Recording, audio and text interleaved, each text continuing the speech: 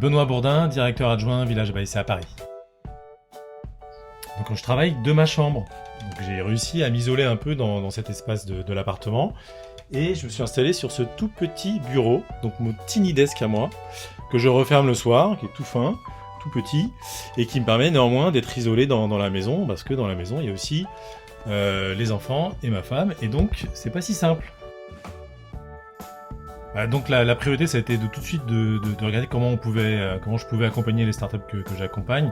Donc j'ai passé des coups de téléphone, envoyé des mails, échangé beaucoup avec elles.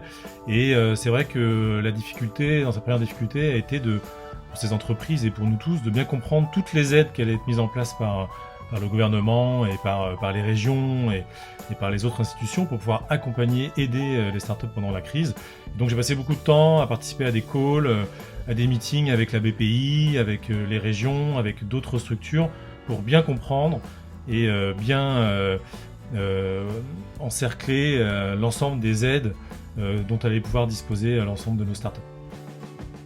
En particulier, c'est vrai que dans mes missions, je travaille beaucoup à l'international et donc là c'est encore plus compliqué.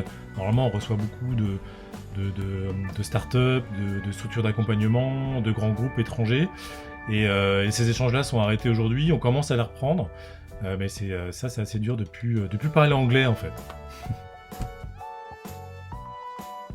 Moi ça m'a permis quand même de bien me poser, de réfléchir à notre stratégie, à bien comprendre les problèmes, à regarder comment on pouvait prioriser les choses. Et donc finalement c'est ce temps un peu plus lent qui est une bonne chose. Ça m'a permis moi vraiment de réfléchir mieux, de prendre ce temps pour réfléchir. Mon anecdote, ça a été cette attente d'un home trainer que j'ai commandé juste au début du confinement, pendant qu'il y en avait encore à l'achat sur les plateformes comme Amazon. Et donc j'ai commandé un home trainer, donc c'est ce qui permet de mettre un vélo et de faire du vélo sur place chez moi. Et comme je fais un peu de triathlon, de ne pas avoir ce home trainer commençait à être fatigant. J'ai enfin réussi à l'avoir au bout de 3 semaines, mais ça a été très long. Et donc je peux enfin faire du vélo chez moi. Oui, bien sûr, j'ai un message. Déjà, c'est au-delà de la résilience dont on doit faire preuve, c'est peut-être comme on l'a fait, comme je l'ai fait moi de mon côté aussi, c'est prendre ce temps pour réfléchir à des choses qu'on a toujours reportées et qu'on n'a pas eu le temps de faire. Et notamment pour les startups, c'est de commencer à bien mettre en place l'ensemble des process et de mettre